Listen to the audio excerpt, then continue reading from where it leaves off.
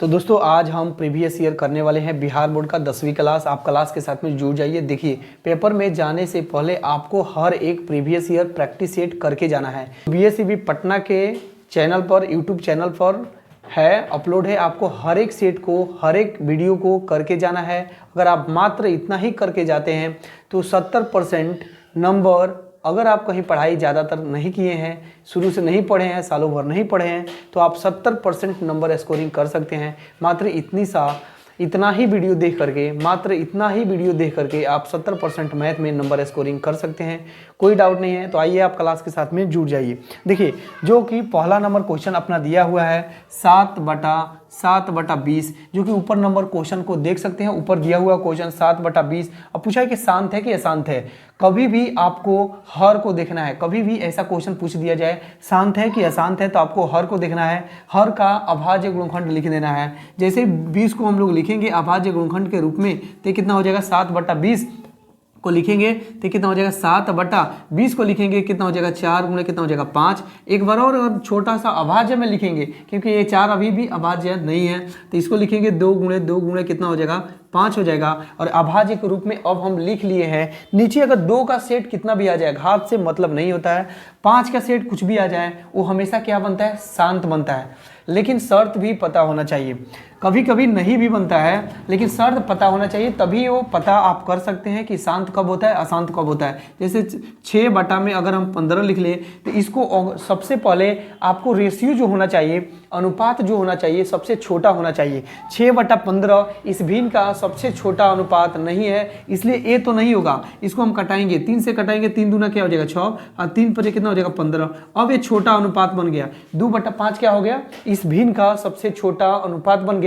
अब यहां पर नियम लगाएंगे तब लग जाएगा। तो आपको सबसे पहले ध्यान देना है, शांत पूछा जाए, अशांत पूछा जाए, तो हर में नहीं तो 2 हो तभी भी वो शांत होगा। अगर छोटा भिन्न है, छोटा अनुपात है, हर में 2 है तभी भी वो शांत होगा। और क्या है, 5 है तभी भी शांत होगा। और 2 गुणे 5 का सेट है, 2 का पावर कुछ भी हो, 5 का पावर कुछ भी हो, तभी भी वो शांत होगा। नियम पूरा लागू होना चाहिए कि सबसे छोटा अनुपात रेशियो होना चाहिए। उसके बाद से नीचे 2 हो, मतलब हर में 2 हो, 5 हो, 2 गुणे 5 का सेट हो, तो हमेशा क्या होगा, शांत होगा। इसलिए आप यहाँ पे देखिए 2 का और 5 का सेट है, ये हमेशा क्या होगा, शांत होगा। जो कि ऑप्शन नंबर आप ऊपर देख सकते हैं, ऑप्शन नंबर बी हो जाएगा। चलिए नेक्स्ट क्वेश्चन को देखिए। जैसे ऊपर दिए हुए प्रश्न को आप पढ़ सकते हैं। दिया हुआ है पाई है एक, क्या है, परिमेय संख्या, अपरिमेय संख्या, पूर्णांक, प्राकृत संख्या, इसमें से कौन सा संख्या है। तो हम लोग जानते हैं पाई एक क्या है, पाई एक क्या है, अपरिमेय संख्या है। कैसे, आपसे कोई पूछे पाई एक क्या है, अपरिमेय संख्या है, तो आखिर क्यों। 22 में क्या होता है 7। ये सबसे छोटा रेशियो है क्या, सबसे छोटा अनुपात है क्या। अगर इसमें हम 2 से गुणा कर दे, नीचे भी 2 से गुणा कर दे, तो थोड़ा सा बड़ा हो जाएगा रेशियो में। वैल्यू में हालांकि कोई चेंजेस नहीं आएगा, लेकिन थोड़ा सा इसका जो रेशियो है, गुणांक बदल देने से, गुणा कर देने से बड़ा हो जाएगा। वैल्यू में कोई चेंजेस नहीं होगा।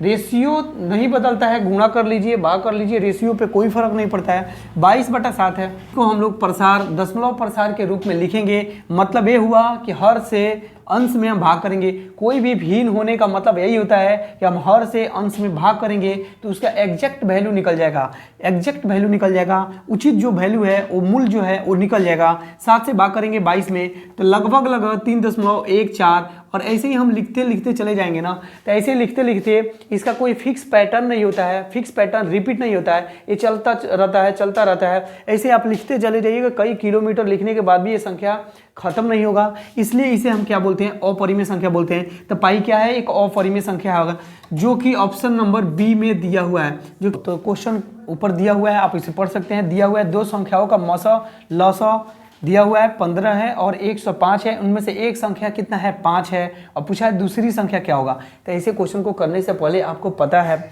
कोई भी लसा मसा हो, उसके लिए पहला संख्या गुणे दूसरा संख्या गुणे दूसरा संख्या बराबर होता है लसा गुणे मौसा के, लसा गुणे मौसा के बराबर होता है।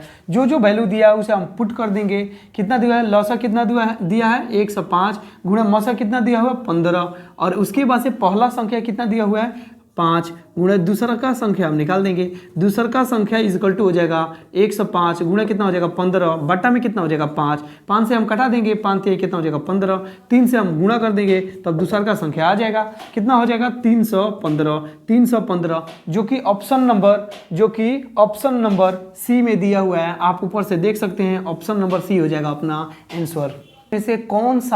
इसमें से कौन सा अपरिमेय संख्या है? अपरिमेय संख्या वही ना होगा जिसका पूर्ण वर्ग निकालने पर नहीं निकले। तो रूट में आप जैसे ऑप्शन को देख सकते हैं, रूट में कितना दिया है, रूट के अंदर 3/5, हम 3 को निकालेंगे नहीं निकलेगा क्योंकि पूर्ण वर्ग नहीं होता है, 5 का भी नहीं निकलेगा। अपना ऑप्शन यही हो जाएगा जो कि ऑप्शन नंबर कितना दिया है, बी में दिया है। बाकी सबका वर्गमूल निकल जाएगा, इसलिए वो हो। नेक्स्ट क्वेश्चन का आप देख सकते हैं, इसमें दिया हुआ है 188, कितना दिया है 188 या बटा में कितना दिया हुआ है 220। अब पूछा इसका सरलतम रूप क्या होगा? सरलतम रूप का मतलब ये हुआ सिंपलेस्ट फॉर्म, मतलब इसकी वैल्यू में कोई चेंजेस नहीं आना चाहिए, लेकिन भिन्न जो भी भिन्न होगा वो छोटा होगा, उसका रेशियो छोटा हो जाएगा, वैल्यू में कोई चेंजेस नहीं आना चाहिए। जैसे इसको हम कटा सकते हैं, कटा करके वैल्यू को छोटा कर सकते हैं। 188 को अगर हम कटाएंगे 9 4 94 हो जाएगा, इसको कितना हो जाएगा 110 हो जाएगा। फिर इसको हम कटाएंगे कितना हो जाएगा 4 हो जाएगा, ये कितना हो जाएगा 7 47 हो जाएगा, ये कितना हो जाएगा 55 हो जाएगा, तो ये हो जाएगा 47 बटा में कितना हो जाएगा 55। आपको प्रश्न इसी प्रकार से करने हैं जो कि ऑप्शन नंबर डी में दिया हुआ है, चलिए नेक्स्ट क्वेश्चन को देख सकते हैं। किसी द्विघात बहुपद के शून्यकों को अधिकतम संख्या कितनी होगी? हम पहले भी क्लास में ऑफलाइन में भी बता चुके हैं, आप देख सकते हैं।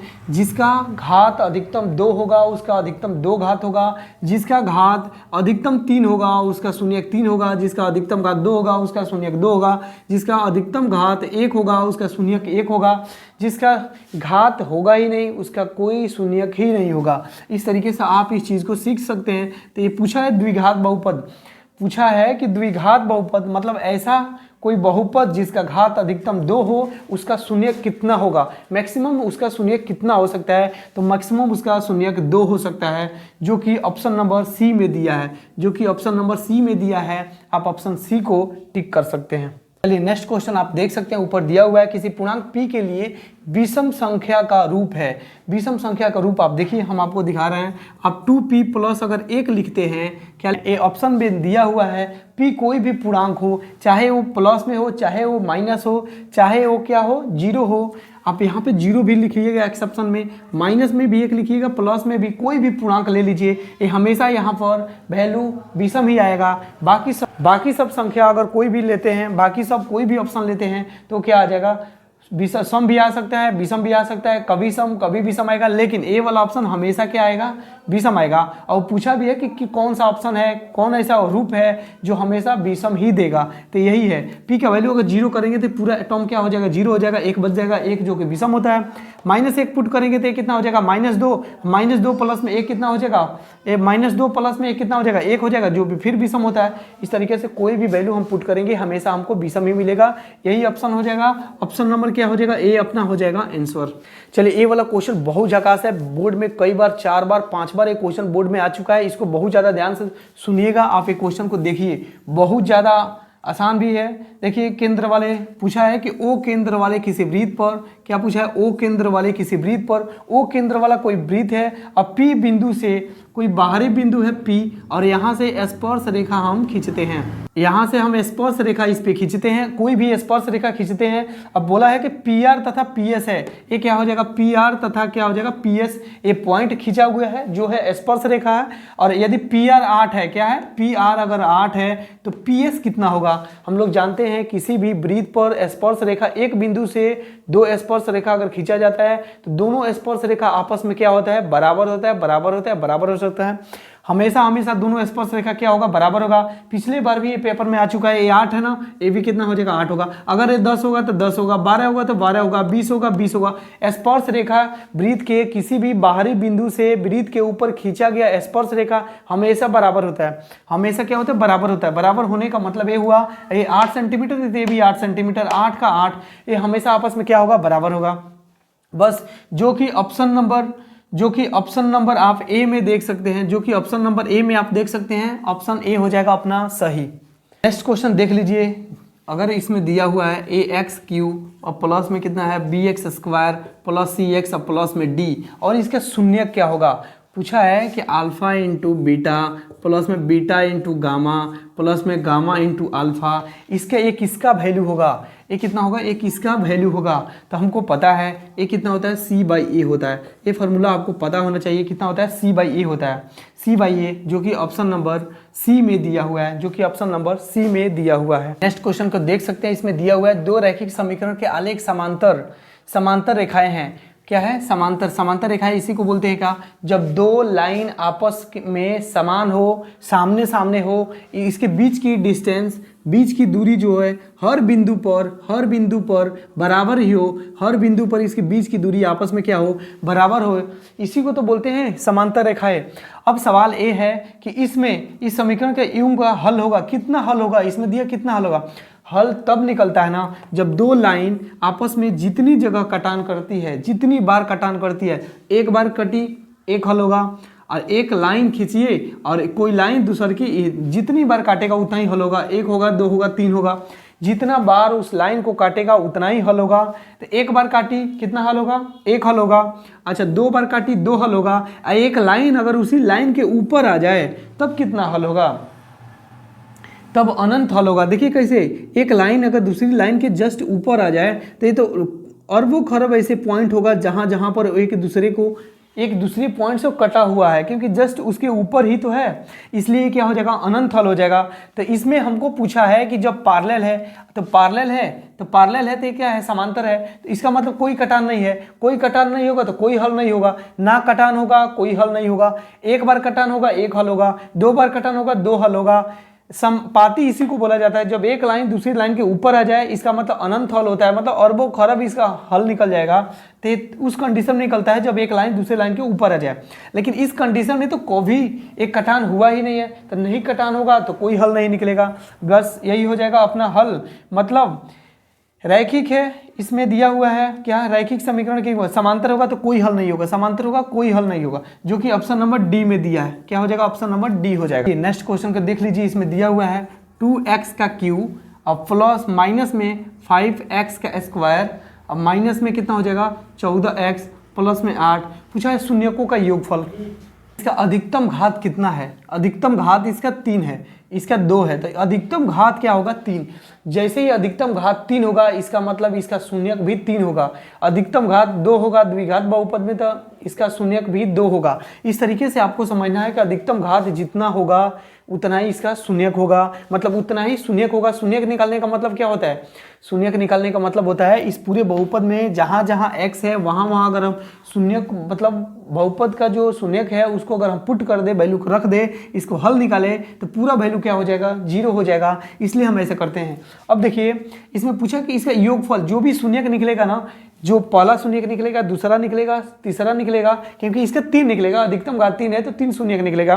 तो जो भी होगा अल्फा बीटा गामा, अगर तीनों को हम जोड़ दें तो उसका वैल्यू कितना होगा। तो इसलिए आपको सीखना पड़ेगा, फार्मूला लगाइए, सीधे निकाल करके जोड़िएगा, फिर भी वैल्यू उतना ही आएगा, कोई चेंजेस नहीं आएगा, वैल्यू उतना ही आएगा, उतना ही आएगा। लेकिन आपको इस टर्म को ए मान लीजिए, बी मानिए, सी मानिए, डी मानिए, फार्मूला को रट डालिए, माइनस में बी बाई ए हो जाता है। द्विघात बहुपद में भी अल्फा प्लस बीटा माइनस में बी बाई ए ही होता है, त्रिघात बहुपद में भी माइनस में बी बाई ए ही होता है।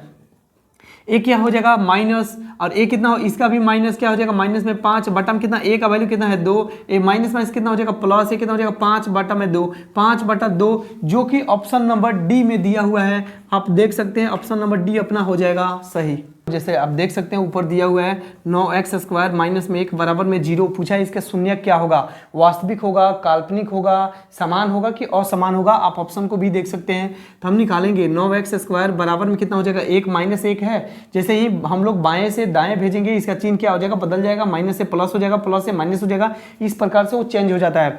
तो एक्स स्क्वायर हम निकालेंगे तो 1 हो जाएगा, और जैसे ये कितने मल्टीप्लाई में है, 9 की एक्स स्क्वायर के साथ में क्या संबंध है, गुणा में है, गुणा। और गुणा वाला जैसे ही दाएं से बाएं जाता है, बाएं वाला से दाएं जाता है, ये भी चिन्ह बदल जाता है। गुणा वाला भाग में हो जाता है, भाग वाला गुणा में हो जाता है। तो एक किधर गुणा में है तो भाग में हो जाएगा, भाग का मतलब होगा कि हर वाला स्थान ले लेगा, ठीक है। अब x निकालेंगे तो x का घात 2 है, जैसे ही हम बाएं से दाएं भेजेंगे ये किस में बदल जाएगा, रूट के अंदर आ जाएगा, 1 बटा कितना हो जाएगा 9, और x बराबर निकालेंगे 1 का 1 ही वर्गमूल निकल जाएगा, 9 का कितना हो जाएगा 3 हो जाएगा। अच्छा दोनों तो समान ही होगा, फिर दोनों क्या हो जाएगा, समान हो जाएगा। जैसे दोनों आपस में समान हो जाएगा, एक क्या है, एक वास्तविक ही तो है, एक क्या है, वास्तविक ही। तो काल्पनिक कहाँ से हो जाएगा, वास्तविक और असमान दिया है, नहीं होगा, वास्तविक नहीं होगा, वास्तविक और समान हो जाएगा, जो कि ऑप्शन नंबर सी में दिया है अपना